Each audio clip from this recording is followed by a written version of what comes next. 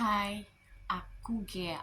Selamat datang di podcast Wanita dan Ceritanya. Kebetulan ini podcast pertama aku. Semoga kalian mau ikutin terus perjalanan podcast aku yang pertama sampai mungkin podcast aku berikutnya. Pasti bakal banyak banget kekurangan di podcast aku atau apapun itu, dan aku terima banget kalau kalian mau kasih masukan yang positif.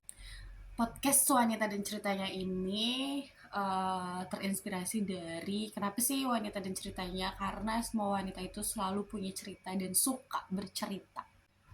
Wanita kalau misalnya dia lagi happy pasti dia bakal banyak cerita. Perempuan itu, wanita itu kalau lagi happy bisa satu hari itu mengeluarkan berpuluh-puluh ribu kata bahkan kalimat. Tapi kalau perempuan atau wanita lagi tidak happy, moodnya lagi kurang bagus, pasti dia susah ngeluarin kata-kata atau kalimat dan dia nggak bisa bercerita. Di podcast ini, si wanita dan ceritanya ini, di sini aku cuman jadiin podcast ini adalah tempat aku share all about wanita, khususnya all about aku juga. Jadi eh, cerita tentang kesedihan, kebahagiaan, kelucuan, kebodohan yang berfaedah atau unfaedah, dan semoga oleh-oleh dari keseharian aku, dailynya aku, ketemu orang-orangnya aku yang bisa aku bungkus, aku kasih ceritanya buat kalian. Semoga bermanfaat, berfaedah, serta bisa jadi hiburan ataupun motivasi buat kalian yang ngedengerin podcast aku. Nah, di podcast pertama aku ini, aku pengen cerita atau sharing tentang masa kecil, entah itu buat kalian memori masa kecil baik ataupun buruk, pasti beda-beda ya. Pasti aku di sini mau menceritakan tentang trauma masa kecil. Jadi masa kecil aku itu layaknya anak-anak normal biasanya. Jadi aku tumbuh, bahkan waktu aku kecil itu saking aku dikasih susu formula dengan baik, ASI dengan baik, sampai berat badan aku waktu umur aku masih kurang lebih 1 tahun itu disuruh diet sama dokter karena terlalu gemuk. Sekarang aku gemuk tapi ini nggak obesitas, cuman yang ditakutin sama dokter aku agak obesitas. Nah, masa kecil aku itu aku jadi anak yang pendiam, entah kenapa, nggak tahu kodratnya nggak tahu apa, tapi aku lahir itu pertama prematur dan berat badan aku cuma 1,7 kilo. Kebayangkan sama kalian kecilnya. Terus aku di inkubator, di inkubasi 3 bulan. Jadi orang tua pulang, ibu pulang, aku masih di rumah sakit. Nah, setelah aku tumbuh, aku itu diurus pure sama yang aku inget ya, aku itu diurus pure sama namanya Biinan dan Mbak Santi. Itu sampai aku SD atau apa, dan itu tuh selama aku tumbuh menjadi anak, tumbuh kembangnya itu aku berpindah-pindah tangan. Kadang aku sama tante aku, belajar jalan aku sama tante, kalau bahasa Sundanya uwa ya, aku belajar jalan sama uwa yang ada di memori aku. Terus aku dikasih boneka sama teman-temannya ayah karena ayah itu masih kuliah. Jadi ayah sama ibu itu punya anak ketika mereka masih menjalani kuliah. Nah, masa kecil yang katanya masa-masa emas itu kan dimana anak-anak itu menangkap semua memori, dan sampai aku seumur dewasa sekarang udah tua bahkan memori aku tuh yang aku ceritain ini ya, jadi memori aku tuh itu yang selalu aku inget boneka-boneka. Oh, ini dari Om Chris namanya, suka ngasih aku boneka. Terus aku suka dibawa ibu makan di Kings, itu makan bakso goreng khas Chinese dan lain-lain. Nah, singkat cerita, di masa perjalanan masa kecil aku ini, aku berpindah-pindah tangan dan tidak 100% dapat perhatian full dari orang tua kandung. Jadi ayah sibuk dengan kegiatannya, ibu sibuk dengan kegiatannya, aku dipercayakan sama mbak, dipercayakan sama biinan, kadang di sama siapapun itu, sampai aku tuh terkenal di tetangga karena sering digendong si A, si B, si C. Sering ngeliat orang tua berantem, sering ngeliat orang tua main, itu semua eh, tersimpan di memori aku. Aku akhirnya jadi anak yang pendiam, bukan pendiam idiot ya, tapi lebih ke aku nggak bisa mengungkapkan apa yang aku inginkan karena banyak hal yang aku pikirin, kayak misalnya kamu tuh, jadi dididiknya tuh awas ya kalau kamu nangis pukul ya, misal kayak gitu. Jadi akhirnya aku nggak mau nangis nih, aku jatuh pun aku tahan-tahan nangisnya karena aku takut. Nah akhirnya itu terbawalah sampai besar, kita tidak bisa mengungkapkan apa perasaan kita, apa isi hati kita. Kapan sih sadarnya kalau misalnya aku ini punya trauma masa kecil? Jadi sadarnya aku punya trauma masa kecil itu ketika aku sudah menginjak di kehidupan pernikahan. Aku menikah, aku ada masalah keluarga yang mungkin nanti akan aku ceritakan.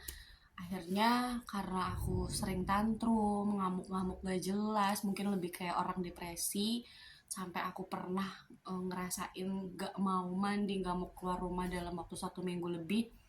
Teman aku bawa aku ketemu sama seorang psikolog. Aku dites, aku disuruh gambar, aku dikasih beberapa pertanyaan, dan isinya adalah aku trauma masa kecil. Trauma masa kecil aku itu menurut psikolognya berpengaruh banget di kehidupan aku yang sekarang. Tapi aku nggak pernah sadar kalau masa kecil aku itu sebenarnya bikin trauma. Cuman yang aku ingat, ketika aku SD sampai SMP itu aku selalu bermimpi aku pengen pulang dengan keadaan di rumah itu ada ayah ibu normal seperti teman-teman aku lainnya. Bahkan aku tuh sering banget main ke rumah temen, terus udah gitu aku liatin temen aku komunikasi dengan orang tuanya, dan itu nggak aku dapetin. Kayak misalnya mereka dipeluk orang tuanya, dicium kening orang tuanya, romantis dengan orang tuanya, dan itu nggak aku dapat.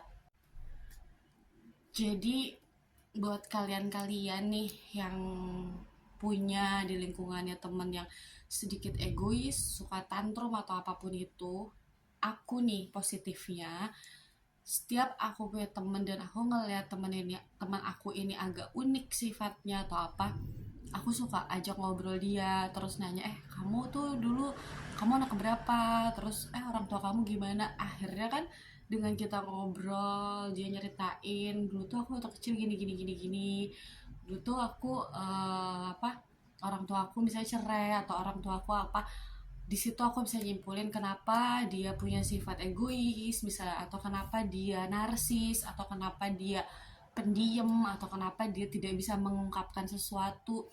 Karena memang yang aku rasain eh, perlakuan orang-orang sekitar kita ketika kita kecil itu kebawa, jadi bisa jadi karakter kita di dewasa, karena itu benar-benar ada di memori aku. Dan yang paling aku ingat, aku itu orang yang disuruh selalu mengalah waktu kecil. Misalnya aku rebutan barang sama sepupu aku dan aku disuruh kasih, kamu kasih ya, kamu kan nanti kasihan loh saudaranya nangis. Dan itu terbawa sampai besar, aku selalu memaksakan diri untuk membahagiakan dulu orang di samping aku, di sekitar aku, baru aku. Karena itu yang ditanamkan. Awalnya aku takut untuk melawan, lama-lama itu adalah jadi sifat atau hal buruk untuk aku karena aku tidak bisa uh, memperjuangkan keinginan aku, tapi aku lebih ya udahlah, nggak apa-apa, nggak apa-apa, silahkan, aku mah nanti lagi aja, kayak gitu ya. Jadi buat teman-teman semua,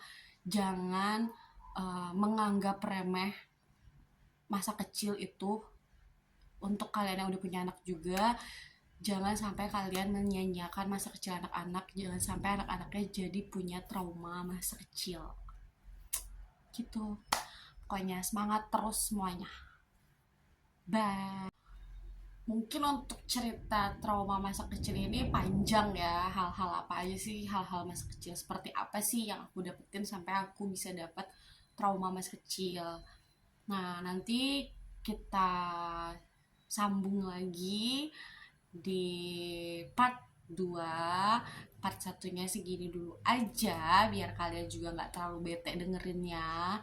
Nanti di part 2 aku ceritain secara detail rangkuman masa kecil aku sampai dianggap oleh psikolog kalau aku ini trauma masa kecil. Yang pasti buat teman-teman semua, apalagi yang udah punya anak, udah punya keturunan, jangan pernah memaksakan anak untuk misalnya mengalah, tapi ada satu momen anak itu harus memperjuangkan apa yang dia mau. Jadi ada banyak bahasa-bahasa yang baik untuk mengajak anak-anak belajar mengalah, tidak dengan paksaan dan lain-lain, karena bahasa-bahasa yang kurang baik itu akan ditangkap salah oleh anak-anak. Jadi nanti di part berikutnya aku mau nyeritain dan sharing juga sama kalian kayak gimana sih sebenarnya yang disarankan oleh psikolog agar si anak ini tidak menjadikan masa kecilnya ini sebagai masa yang menakutkan atau yang tidak mau diulangi itu. Dan untuk informasi buat kalian, aku tuh kalau ditanya hal apa sih yang kamu ingat dari masa kecil, nggak ada, hampir tidak ada memori baik di masa kecil aku. Jadi kalau dijelaskan atau misalnya yang ada di otak aku ketika aku bilang masa kecil adalah satu kata, murung. Itu ya. Nanti kita bahas di berikutnya. Sampai sekarang, saat ini aku segitu dulu. Nanti kita bahas di part berikutnya. Kalian harus tetap nonton. Bye.